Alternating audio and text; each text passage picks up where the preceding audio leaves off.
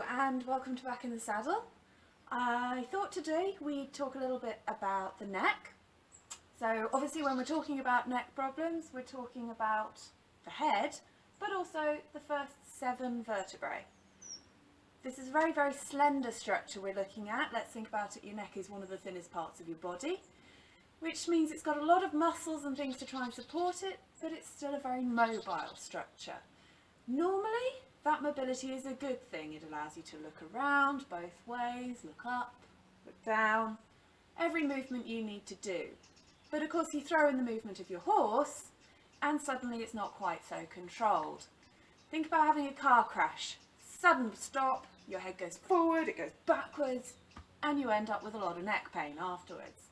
So every time your horse spooks, does something silly, or heaven forbid you actually fall off, this is taking a lot of the strain. On top of your neck is obviously your head. That's a very heavy structure, it weighs about 9 pounds. When we're riding, you also add in the weight of your riding helmet. Now, riding helmets, very light in modern times, but they're still an added weight your neck is not used to supporting. So that will have an impact on just how much your neck has problems. Now, when you're riding, your neck is involved in just about everything you need to do, and any problems at all will cause issues in your neck. So let's have a little look at just how that can happen. So, neck problems while riding. Now mostly it's a story of cause and effect. So if you can't turn freely through your neck when you're riding, you're going to have to turn through the rest of your body to achieve the same movement. Now when you're jumping, that means that as you look for your next jump, you're going to be twisting through your body. You may well throw your horse off balance, he won't make the next jump. If you needed to turn through your body, or frankly you just don't bother turning at all when you're doing dressage and schooling, then you won't be able to look in your next line of travel. Thinking from a safety point of view, when you're out hacking, you've got to be able to turn to look for traffic over your shoulder. Now if you can't do that freely, you're going to end up turning through your body, you tilt over to one side, your saddle starts slipping. It's not going to be comfortable for your horse at all and you'll end up with issues through that.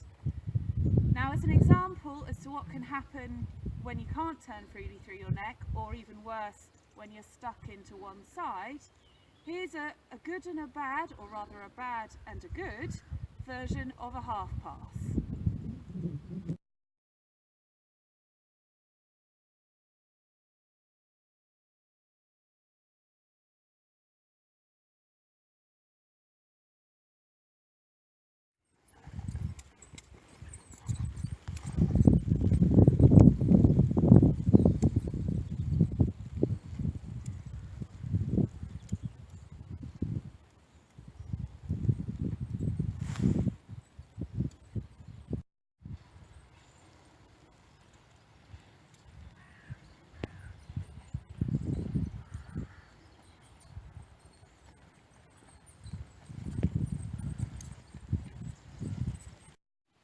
So there you go, a few ways that your neck can affect your riding.